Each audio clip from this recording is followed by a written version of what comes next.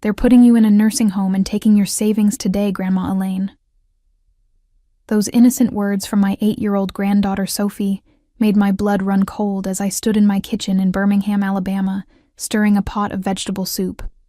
I nearly dropped the wooden spoon as the weight of her statement hit me like a physical blow. My name is Elaine Patterson, and at 69 years old I thought I had seen every kind of betrayal life could offer. I was wrong. Standing there in the home I had lived in for 43 years, watching Sophie color at my kitchen table while her parents were out running errands, I realized that my own son Benjamin and his wife Victoria had been plotting against me with surgical precision. "What do you mean, sweetheart?" I asked, trying to keep my voice steady as my heart hammered against my ribs. Sophie looked up from her coloring book, her crayon still moving across the paper as if she were discussing the weather. "Mommy and Daddy were talking about it last night. They said you're getting too old to live by yourself, and they need to take care of your money so bad people don't steal it." She paused, selecting a purple crayon. "Daddy said something about papers and a judge, and Mommy was really excited about finally getting to buy that big house she wants." The room seemed to tilt sideways. I gripped the counter, my knuckles white as I processed what Sophie had just revealed. For months, Benjamin and Victoria had been expressing increasing concern about my declining mental state, despite the fact that I managed my own finances, maintained my home, and continued volunteering at the local literacy center 3 days a week. Their sudden attention to my well-being had felt suspicious, but I had convinced myself I was being paranoid. Now I understood the truth.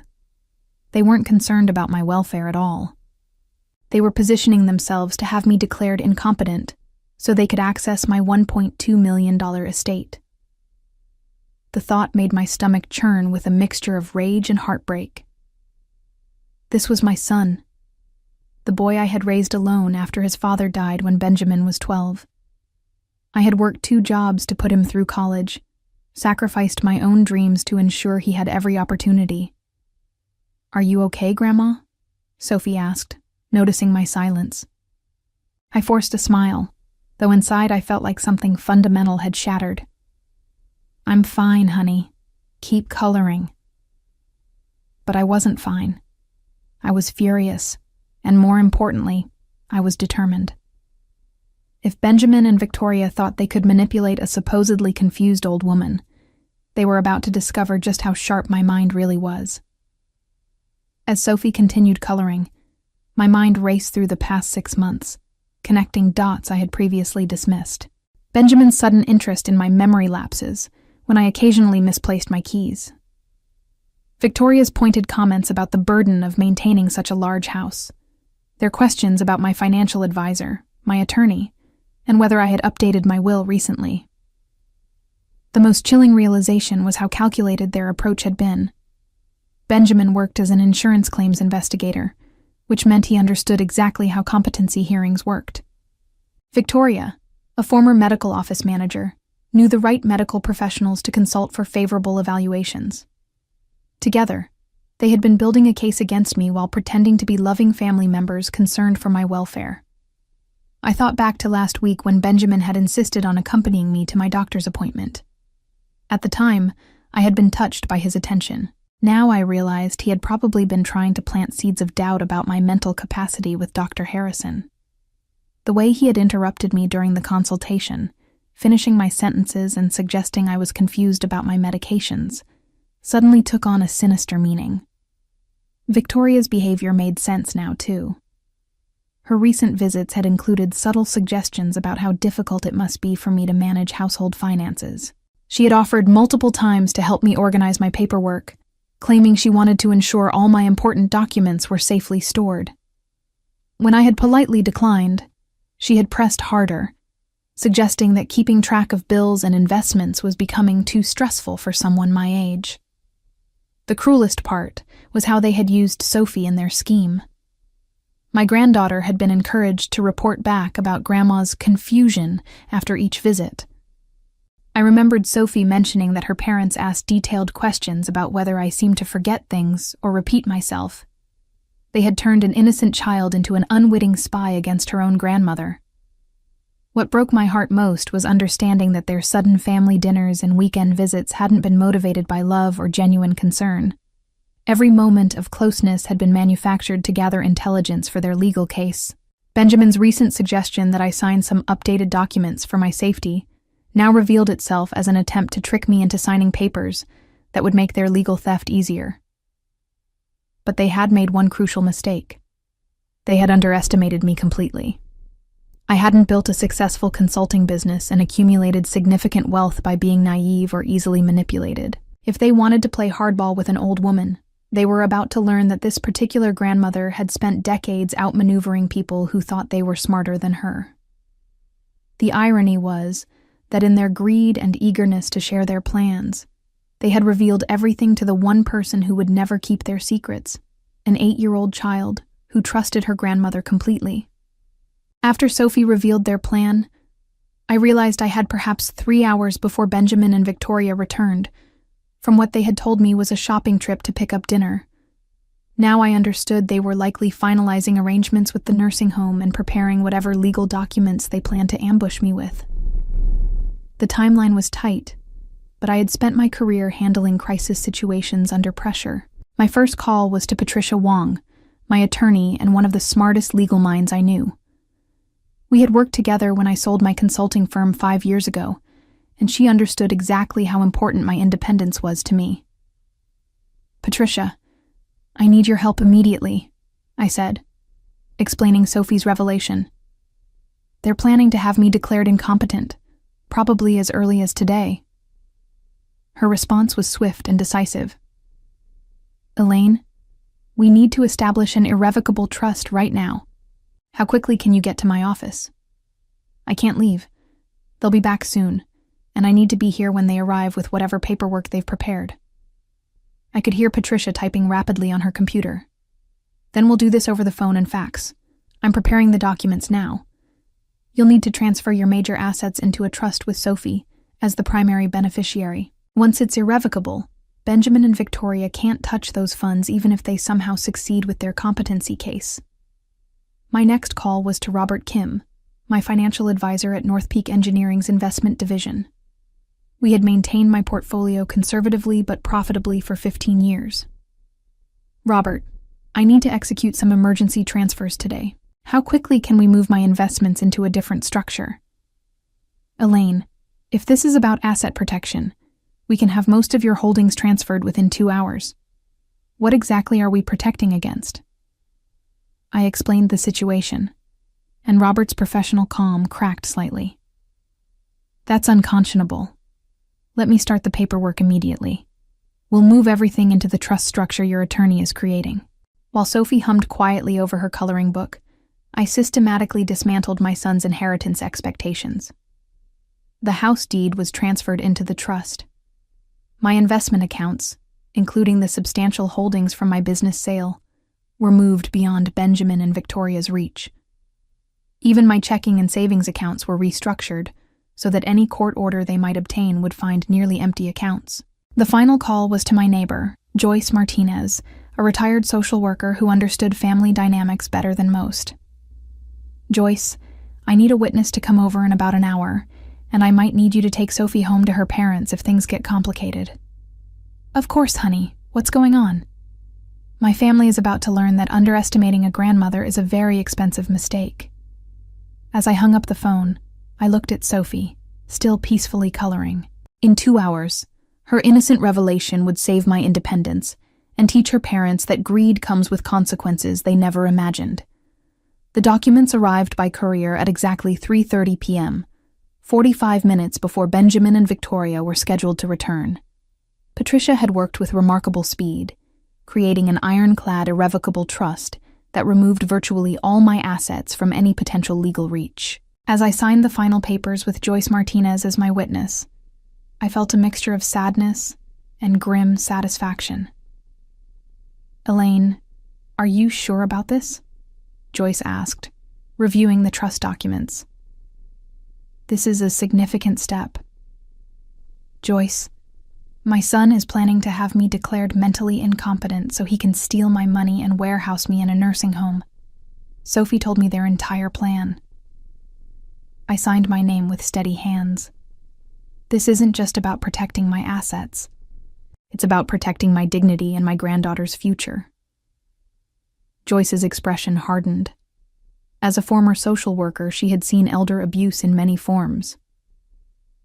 What they're planning is criminal. Have you considered involving adult protective services?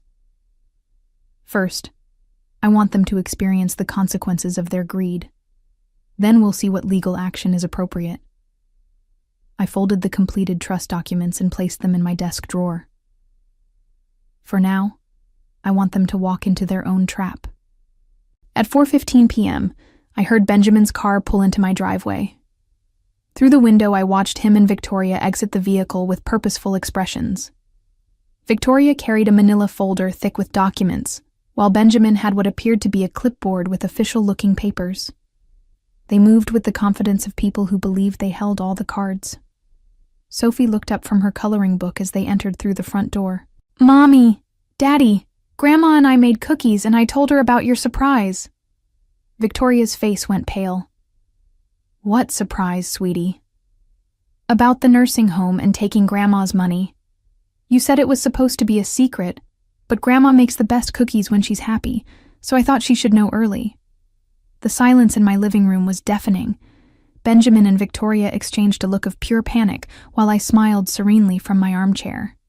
Joyce, still seated at my kitchen table, observed the scene with professional interest. "Hello, Benjamin. Victoria?" I kept my voice warm and grandmotherly. "Sophie tells me you have some interesting plans to discuss." Benjamin recovered first, his insurance investigator training kicking in. "Mom, we need to talk. We've been concerned about your ability to live independently, and we've found a wonderful facility where you'll receive proper care." "How thoughtful of you." I gestured to the manila folder. "Are those the commitment papers?" Victoria's composure cracked. "Elaine, you don't understand. The house is too much for you to maintain. Your finances are becoming complicated. We're trying to protect you from people who might take advantage. People like yourselves." The question hung in the air like a challenge. Benjamin set down his clipboard and attempted to regain control of the conversation. "Mother, I know this is difficult, but we've consulted with medical professionals. There are concerns about your cognitive function that need to be addressed through proper legal channels." "I see. And I suppose those proper legal channels involve having me declared incompetent so you can access my $1.2 million estate?" I watched their faces as I spoke the exact amount. "Did you think I didn't know what I was worth, Benjamin?" Victoria's mask finally slipped completely. "We're not trying to steal anything. We're trying to ensure your money is properly managed before you lose it all to confusion or scammers. The only scammers I see are standing in my living room, attempting to defraud an elderly woman with the help of falsified medical evaluations and forged documents." Benjamin's face flushed red as he realized their carefully constructed plan was unraveling. "Mom, you're being paranoid. We would never try to hurt you. This is about keeping you safe." "Safe from what exactly?" "I manage my own finances, maintain my home, volunteer regularly, and have been mentally sharp enough to see through your scheme for months." I stood up from my armchair, feeling stronger and more determined than I had in years. The only thing I need protection from is my own family's greed. Victoria stepped forward, her voice taking on a desperate edge. "You can't just dismiss our concerns. We've spent months researching the best care options for you. We've invested time and money into finding solutions for your declining condition." "My declining condition?" I laughed, a sound that held no warmth. "Victoria, you mean the condition you and Benjamin have been fabricating? The memory lapses you've been documenting? The confusion you've been reporting to medical professionals?" Benjamin tried a different approach, his voice becoming pleading. "Mom, even if you disagree with our methods, you have to admit that managing a large estate at your age is stressful. Wouldn't it be easier to let us handle the financial responsibilities while you focus on enjoying your retirement? Enjoying my retirement in a nursing home you've selected, while you enjoy spending my money on the house Victoria has been dreaming about? I walked to my desk and retrieved the trust documents. I'm afraid that plan has encountered a significant obstacle. Joyce stood up from the kitchen table, ready to support me if needed. Sophie continued coloring, blissfully unaware that her innocent revelation had destroyed her parents' carefully laid plans. "What obstacle?" Victoria demanded, her composure completely shattered now. I held up the trust documents. "The obstacle of an attorney who works quickly and a grandmother who isn't nearly as confused as you hoped she would be." Benjamin snatched the papers from my hands, scanning them rapidly. His face went from red to ashen as he read. "This can't be legal. You can't just give away our inheritance." "Your inheritance?" My voice turned ice cold. "Benjamin, these assets were never yours. They were mine to do with as I chose, and I chose to protect them from children who plan to steal them through legal manipulation." Victoria grabbed the documents from Benjamin, her hands shaking as she read. "The house? The investments? Everything is gone? How is that possible?" "It's possible because while you were out making final arrangements to commit me against my will, I was making arrangements to ensure my granddaughter's future is secure from her parents' greed." I sat back down, feeling a deep satisfaction. "Every asset you plan to steal is now in an irrevocable trust with Sophie as the primary beneficiary." "This is insane!" Victoria screamed, throwing the papers onto my coffee table. "You can't just disinherit your own family because of some misunderstanding." "Misunderstanding?" Joyce spoke for the first time since they had arrived. "I'm a retired social worker, and what you two planned constitutes elder abuse. There's no misunderstanding about stealing someone's independence and assets through fraudulent competency proceedings." Benjamin's professional training finally kicked in, and he realized the legal jeopardy they were facing. "Mom, we can work this out. We can find a compromise that makes everyone happy." "The time for compromise ended when you decided to treat me like an incompetent obstacle to your financial goals, rather than like your mother." Victoria's desperation reached a crescendo as the full implications of their failed scheme sank in. "You don't understand. We've already made commitments based on accessing that money. We put a down payment on a house. Benjamin quit his job because we thought we'd be managing your estate." "You quit your job?" I stared at my son in disbelief. "You were so confident in your ability to steal my assets that you quit your job before you even succeeded?" Benjamin's face crumpled as he realized how thoroughly they had miscalculated. "It wasn't stealing, Mom. It was planning for the future. We knew you'd eventually need care, and we wanted to be prepared to provide it. By having me declared mentally incompetent, by committing me to a nursing home against my will, by taking control of assets I spent 40 years building." My voice rose with each question. "Benjamin, you were 12 when your father died. I worked 2 jobs to put you through college. I sacrificed my own comfort to ensure you had every opportunity. And this is how you repay that sacrifice?" Sophie looked up from her coloring book, finally sensing the tension in the room. "Why is everyone yelling? Did I do something wrong by telling Grandma about the surprise?"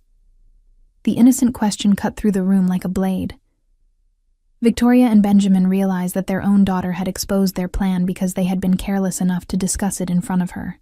Their greed had made them sloppy, and now an 8-year-old child had destroyed months of careful preparation.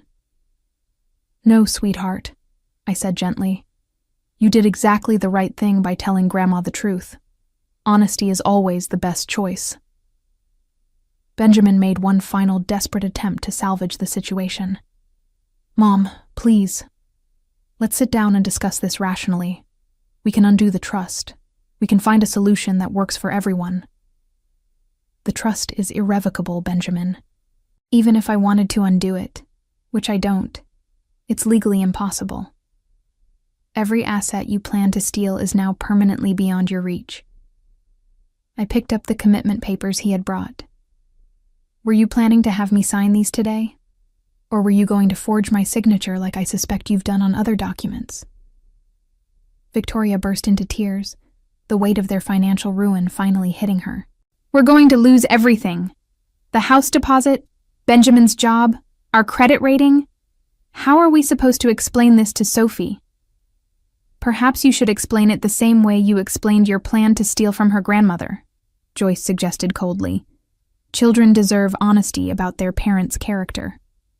I stood up and walked to my front door, opening it wide.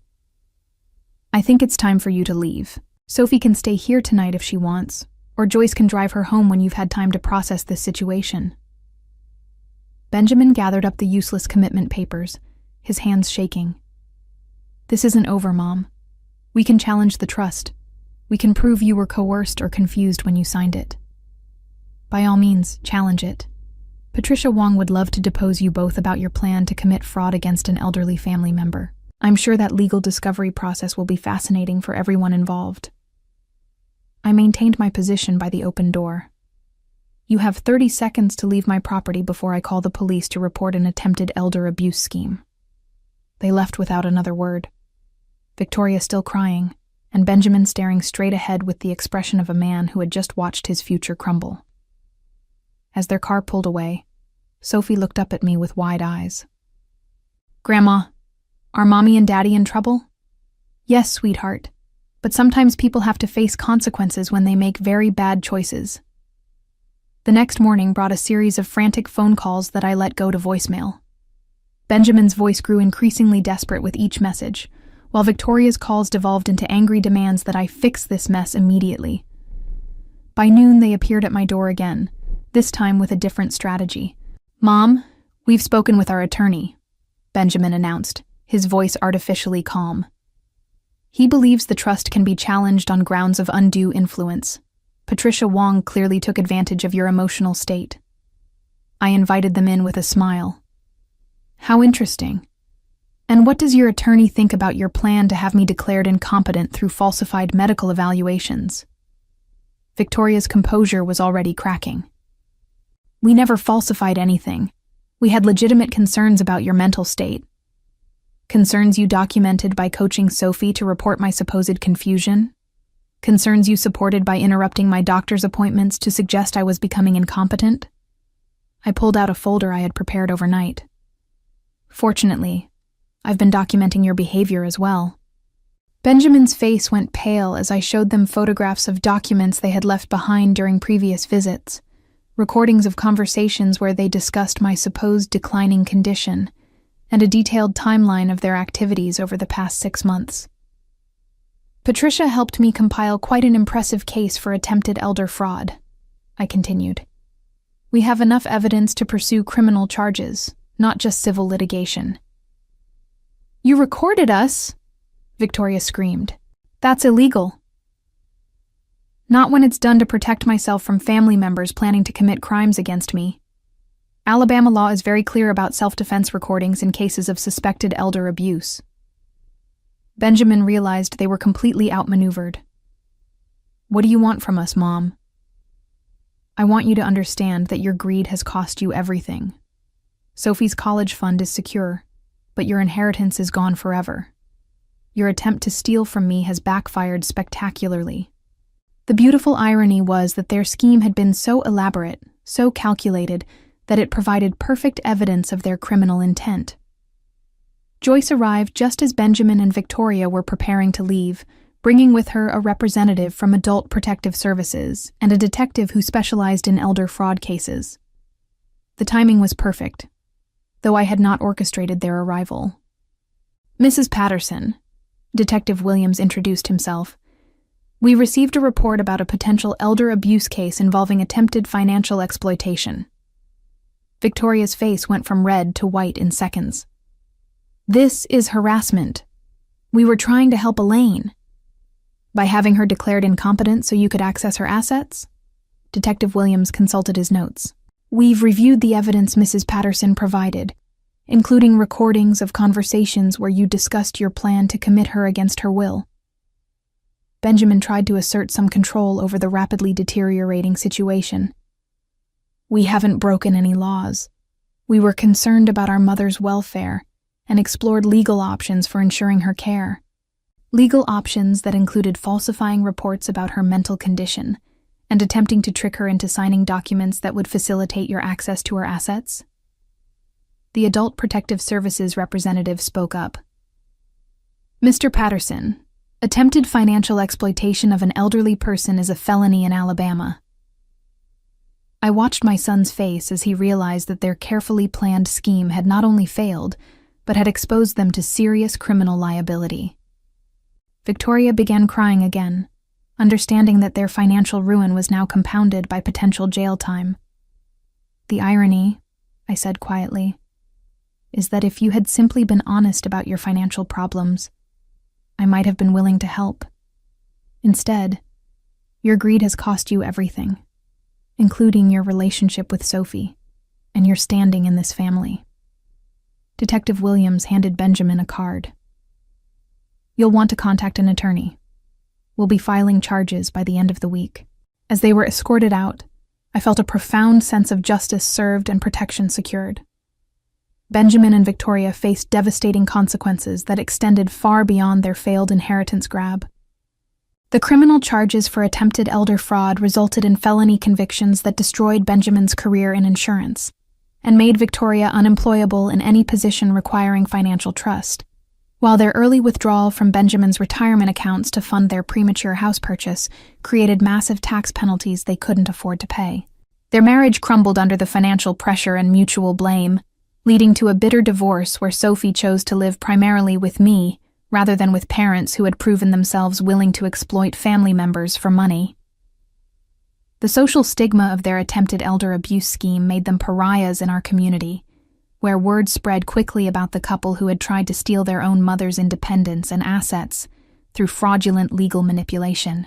As I tucked Sophie into bed in what was now her permanent room in my house, I reflected on how their greed had inadvertently given me the greatest gift possible: full custody of my granddaughter and the chance to raise her with values they had clearly never learned.